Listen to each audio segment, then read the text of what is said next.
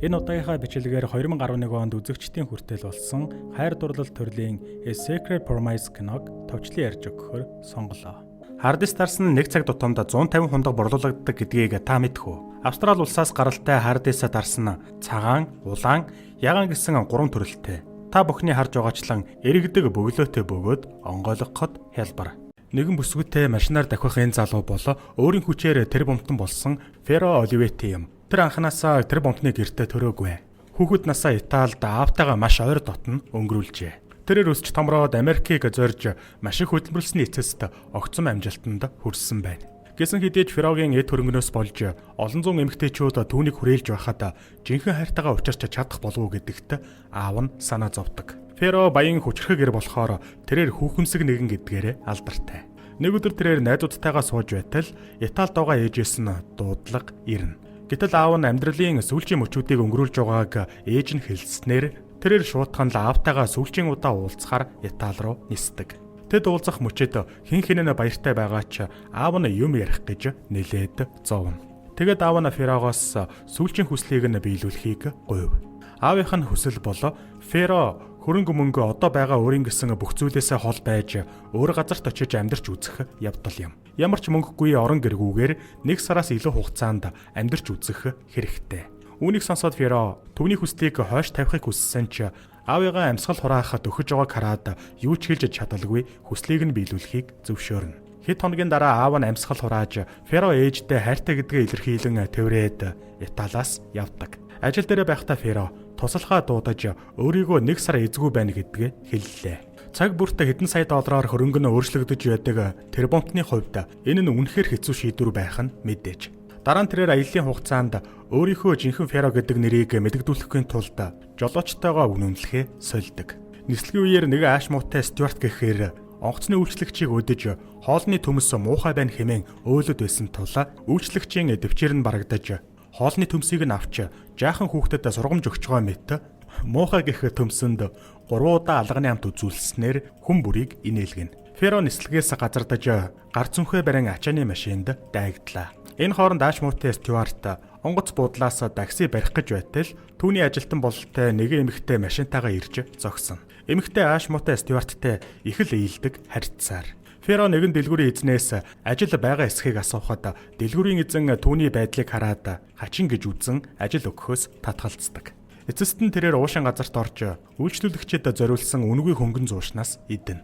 Ферогийн гадаад өрхийг хараад хажууд нь сууж байсан эмэгтэй түүний амьдардаг газар хийдэг ажлынхын талаар асуудаг.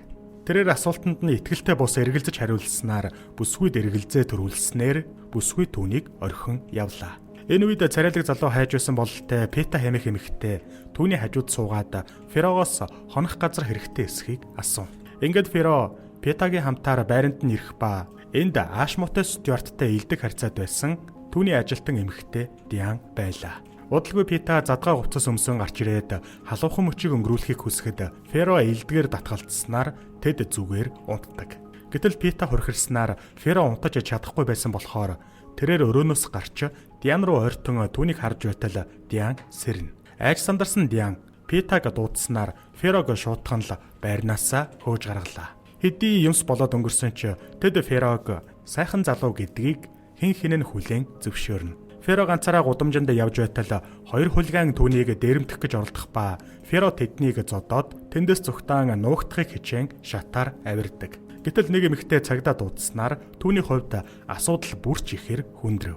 Феро тэндээс гарахад цагдаа нар түүнийг амдан авч баривчлан цагдаагийн газартаа аваачна. Феро туслагтайгаа ярьж хэд хэдэн сая долларын тухай ярилцсан заавар өгөхөд цагдаа нар түүний яриаг сонсоод гайхаж шоолдог. Ингээд түүнийг торонд оруулахад том биетэй гэнтрэгтэн байх ба Ферог өдснөөр тэд хоорондоо зодолдлоо. Улмаар цагдаа нараа том биетэй хэрэгтэнг торноос гаргана. Баян эрх мэдэлтэй Ферогийн хувьд энэ нөхцөл байдал арай дэнтгэр байсан ч аавдаа өгсөн амлалтаа санан дэвчдэг. Маргааш өглөө цагдаа Ферог сэрээж түүний хэлснээр хоёр хулгайн түн рүү дайрсан нь үнэн байсан тул явж болно гэхэд Феро өглөөний цай болтол торондоо байж болох уу хэмээн асуулаа. Гэсэн ч цагдаа түүний хүсэлтийг нь хүлээж авалгүй суллаж явуулна. Ферогийн гидсэн маш ихээр хохолцож тэрээр өөртөөгөө 50 цент хайрцаг бэлгэвчээр хоол солилцохыг хүссэн ч зөвшөөрсөнгүй. Энэ хооронд Диан гэрлүүгээ алхаж байтал хачин залуу түүнийг дагснаар түүнд маш эвгүй санагддаг. Тэрээр гэртээ ирээд хаалгаа чангаар зохиж ээжигээ хаалгаа нээх хэмээн хашгирна. Дотор орсон хойноо Дианы санаа амархад ээж нь түүнтэй болцохыг хүссэн нэгэн залуу уулзахыг хүсэхэд тэрээр татгалзлаа. Өнгөрсөн Дианын амьдралд нэг зүйл тохиолдсон нь тодорхой болж тэр болзоонд явхаас айдаг болжээ. Шөнө болоход Феро вандан санал дээр сууж байхдаа галзуу гэмээр эмхтэйтэй таарснаар явхад хүрнэ. Тэгээд тэрээр өөр сандал дээр унтаж маргааш өглөөн сэрээд хоол олж идэхээр хот руу явж хоттойг зарж буй эрэгтэй дээр очин 50 центэд таарах идэх мөгхийг хүсэхэд эрэгтэй түүнийг хараад үнгүй хоттойг өгдөг. Дараа нь Феро сонин дээрээс ажилхайн алхаж байхдаа машинд мөргүүллээ. Мөргсөн машины жолооч түүний талаар сонсоод түүнд туслахаар шийднэ. Тэгэд залуу Ферог жолооч хайж байгаа даргийнхаа гэрт аваачдаг. Ферог ороход гэрээ эзэн эзэгтэй хоёр хэрэлдэж байх нь тэр. Дарга түүнийг суухыг хүсч жолоог нь барих болон өөр дагалгасан ажлыг нь хийсний төлөө $600 цалин санал болгоно. Энэ хооронд түүний эхнэр Феро руу ширтсээр. Энэ үед түүний эрх танхи охин ирж аваасаа $500 гуйхад тэрээр юу ч биш юм шиг л өгчөгдөг. Стюарт Ферогоос ажилд орох хүсэлтэд өг гэснээр гарах гэж байтал эхнэр нь Ферог өнөөрөөний үдшилтэд бартендерээр ажиллах санал тавина. Оройн хүмүүс түүнд маш хүндэтгэлгүй хандах нь түүний нөхцөл байдлыг улмал хүндрүүлдэг. Мөн түүнийг согтсон хүнийг гэрт нь хүргэж өгөхийг даалгав. Улмаар хүнд хэцүү байдлыг мэдэрсэн Феро туслахдаа өөрийн ажилтан бүртээ $5,000 урамшуул өгч аавынх нь хүсэл гэж хэлхийг даалгана. Гэтэл туслах нь түүнд ямар нэгэн шалтгаанаараа тэднийг шүүхэд өгсөн хүнийг шүүх хурал дээр бараг л ялсан тухайга мэдэгдлээ. Тэрээр амархаар өрөөндөө ортол Стюартын эхнэр хүлээж байх ба энэ үед согтсон охин нь хаалга догшсноор ээжийг нь орон доогуур нууна. Улмаар нэлээд согтсон охин нь Феротой цагийг зугаатай өнгөрүүлэхийг хүсдэг. Гал дээр тус гихчээр ноён Стюарт ч бас орж ирснээр охиныг нь угаалгын өрөө рүү оруулна. Стюарт орж ирээд түүнийг хажуудаа суухыг хүслээ. Гайхмаар нь ноён Стюарт хүртэл Ферог ийлж таалж эхлэх ба Феро өөрийгөө ямар нэгэн өвчтэй гэж хэлэн татгалзана. Стюартыг гарсны дараа охин нь гарч ирэхэд Феро түүнийг явуулах ба ээж нь орон доор инээмсэглэн хэвтсээр. Маргааш өглөө нь нохойн хүртэл Феро дээр оцгонжээвэл яах вэ? Гэр бүлээрээ л сэрэл өндөртэй гарууд байна да. Улмаар Феро даргийнхаа ажлын газарт туслахаар ирдэг. Гайхмаар нь Диана тэнд ажиллаж байлаа. Мөн ажлын газрын хүүхнүүд нь түүний сэтгэл татан байдлыг биширдэг. 3 хоногийн дараа Дианагийн ширээн дээр цэцэг байх ба дарга нь түүн рүү утастаж гэрт нь ирж уулзахыг даалгана. Феро Диан руу гайхсан харцаар харахад дарга нь уулзалт дууссны дараа түүнийг Дианыг оршуулах ёслолд хүргэж өгөхийг хүсдэг. Дианыг оршуулах ёслолд хүргэж өгөх замдаа Феро түүнийг толиндоо ширтсээр байсан тул Диан түүнийг зэмлэлээ. Эцэст нь тэд Дианы дургу хамаатных нь оршуулах ёслолд оролцохдоо номлогчийн үйлдэлийг шоолон нэмсэглэнэ. Ингээд тэд хамтдаа кофе уухаар шидэж эхэнд тэдний яриа сайнгүй өрөндөгч Феро нөхцөл байдлыг зөв тал руу эргүүлдэг. Диан нөхөр нь 9 жилийн өмнө нас барсан гэж хэлснээр Феро түүнийг одоо хэн нэгэнтэй болцохыг санал болголоо. Улмаар тэд 2 цаг шахуу ярилцаж нэг нэгнээ сонирхож байгаа нь илт. Дараа нь машинтай явхдаа Диан дарга нь муу хүн болохоор удаан хугацааны өмнөөс л ажилласаа гарахыг хүсэж байснаа илчилдэг. Диан Ферод мөнгө зээлж туслахыг хүссэн ч тэрээр тодорхой шалтгааны улмаас татгалзана. Ингээд Дианыг эцэг эхийнх нь гэртээ хүргэж өгөхөд тэд хоорондоо үнсэлцэх ба аав ээж нь тэднийг харлаа. Ингээд тэд маргааш болцохоор тохиролцдог. Гэтэл түүний эцэг эх нь охиноо энгийн нэгэн жолоочтой болцож байгаад сэтгэл хангалуун бус байв. Маргааш ноён Стюарт Дианд нэмэлт ажил өгснөөр тэрээр өөрийн ажлаа амжуулан Феротой болцдог. Хэд хоног өнгөрч ноён Стюартын охин түүний ажил дээр нь ирлээ. Удалгүй ноён Стюарт Ферог ажлынхаа өрөөнд дуудаж охинд нь ямар нэгэн зүйл хийсэн гэх үндэслэлээр түүнийг доромжилж ажиллаас нь хөөнө. Диан Ферог доромжилж байгаа даргаагаа хараад зүгээр байж чадсангүй. Новш гэдэг үгийг хэлснээр хүн бүрийг цочирдууллаа. Тэд ажлаасаа гарч Диан Ферогоос эцэг эхтэй хамт оройн хоол идэхийг хүссснээр тэрээр зөвшөөрдөг. Эцэг эх нь өнөөдрийн болсон явдлыг сонсоод санаан зовж тэд охинтойгоо тусдаа ярилцахаар шийднэ. Эцэг эх нь Ферог тэрумтан гэдгийг нь мэддэггүй болохоор түүнийг ажилгүй болсонд нь санаа нь зовсоор. Оройн хоолны үеэр Феро удахгүй Калифорни руу явж магадгүй гэдгээ хэлсэн нь эцэг эхийнхэн сэтгэлийг баг зэрэг тайвшрууллаа. Дараа нь Феро Диан хоёроо заримыг идэж Диан найз руугаа залган Феро болон өөрийнхөө хоорондын харилцааны талаар хэлснээр найзыгаа гайхшруулдаг. Феро даргийнхаа гэрээс явхаар болж эхнэртэй нь салах ёс хийн. Маргааш нь Диан Ферогоос олон жил хадгалсан мөнгө ашиглан өөрсдийн эзэмшлийн шинэ агентлагийг нээж Ферог хамтрагч нь болох уу гэдгийг асуулаа. Тэд хоолны газарт үргэлжлүүлэн бизнесийнхээ талаар ярилцаж Феро 3 агентлаг байгуулснараа ямар давуу талтай болохыг тайлбарласнаар эцсийн шийдвэрээ гаргацгаадаг.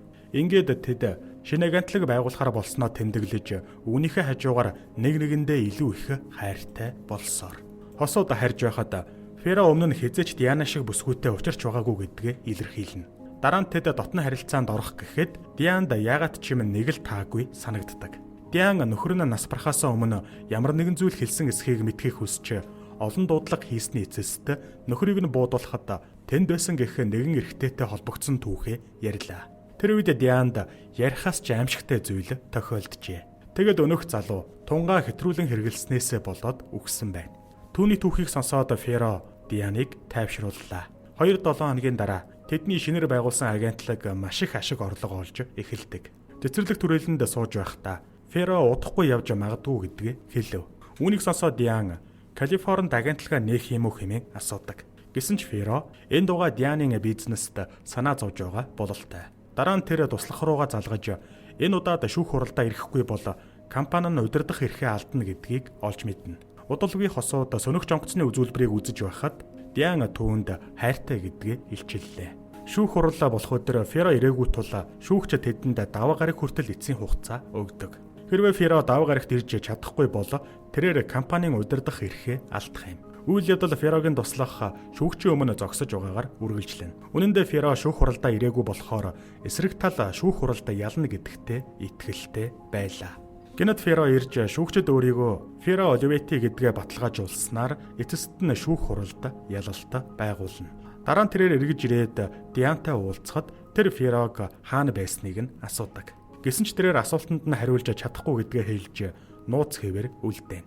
Диан түүний энэ бүх нууцаас нь залхаж байгаагаа хэлэхэд Феро зүгээр л өөрт нь итгэхийг хүсдэг. Удалгүй ноён Стюартын эхнэр ирж Ферог хонгор минь хэмээн дуудаж нялуурснаар Диан ажилласаа гүйн гарлаа. Улмаар Феро түүний араас гүйж очсон ч Диан түүнийг үзэн ядаж байгаагаа хэлээд утсаа унгаагаад гүүгээд явчихна. Феро түүний эцэг эхийнх рүү байн залгах ба ээж нь Ферог байнга залгаж байгааг охиндоо хэлдэггүй. Эцэст нь Диан ажил дээрээ ирэхэд Феро байсангүй. Тэр бүрэн өсөн явсан бололтой. Энэ хооронд Ферог ажилд оруулж өгсөн түүнийг мөрөгдөг залуу ноён Стюартад $50,000 чек өгч өөрт нь бас өгсөн гээд Ферог тэрэмтэн байсан гэдгийг хэлнэ. Феро ээжтэй Дианын тухай ярихад ээж нь түүнтэй уулзахыг хүсдэг. Улмаар Феро өөрийг нь тэр бомтон гэдгийг мэдэхгүй байгаа Диантай уулзаж тухайн үеийн нөхцөл байдлыг тайлбарлана. Эцэст нь тэд үнсэлцэж бүхэл шөнийг романтик байдлаар өнгөрүүллээ. Диан Ферогоос хол байхыг хүсэхгүй байгаа тул өөрийгөө түүн дээр очихыг хүсснээр Феро цуг явахыг зөвшөөрч Дианы мөрөөдөл биелнэ. Үргэлжлүүлээд Феро Дианд өөрийн агентлагийн хувьцаагаа өгөхийг санал болгодог. Эцэст нь хосууд Калифорни руу явхаар болж Диан ээж аавтайгаа салах ёс гүйцэтгэнэ. Гэсэн ч одоо хүртэл Феро тэр бомтон гэдгээ түүнд хэлээгүй л байгаа юм. Эцэст нь тэд Калифорнид ирэхэд өнгөрсөн хугацаанд Ферогийн нэрийг нь ашиглаж байсан жолооч нь ирж тэднийг авдаг. Диан жолоочийн нэрийг мэдчихэд нэлээд эргэлзэж эхлэхэд Феро өөрийгөө Феро Оливети гэдэг үнэнээ хэлнэ. Үүнийг сонсоод Диан гайхах нь мэдээж. Тэд Ферогийн том шилтгэнд нь ирж Феро байшингаа түүнд танилцуулж тэдний сэтгэлийг хөдөлгөнө.